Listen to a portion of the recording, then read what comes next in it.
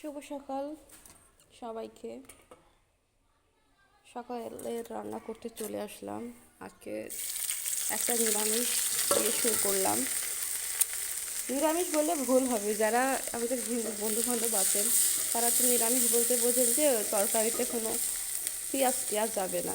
তো আমরা তো পেঁয়াজ খাই, সমস্যা নেই, এই জন্য আমরা এটা নিরামিষ হিসেবেও আমরা বলতে পারি। সেটা আমাদের রুচ, মানে এটা আমরা এভাবে পেঁয়াজ বাদে যদি মাছ মাংস না দেওয়া হয় ওটা আমরা নিরামিষই ধরেন একরকম ধরি। তো এখন আমি বানাচ্ছি আজকে একটা ঘন্ট। এটা হচ্ছে পেঁপে ঘন্টটা আমি ফার্স্টে আজকে তৈরি করছি। এর আগে হয়তো একদিন রান্না করেছিলাম পেঁপে দিয়ে মাসকলাইর ডাল। তো ভাবলাম যে আজকে ঘন্টই বানাই।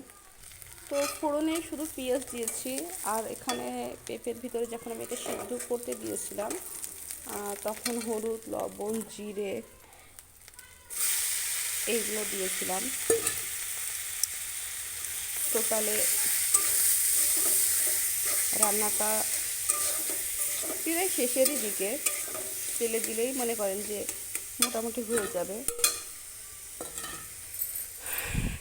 যখন আমরা ডাল বা ঘন্ট টাইপের কোনো খাবার রান্না করি, ফোড়ন যখন দিই তখন ফোড়নের সময় একটা খুব দারুণ একটা সেন্ট তৈরি হয়, মানে সেন্টটা অসম্ভব ভালো লাগে।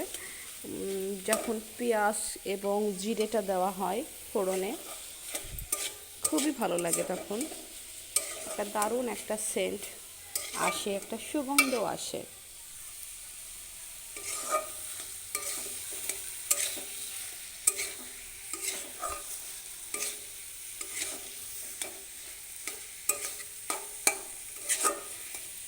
তো তেলে দেওয়া মোটামুটি হয়ে গেছে, আর 1 মিনিট মতন পরেই আমি এটাকে নামিয়ে নিব।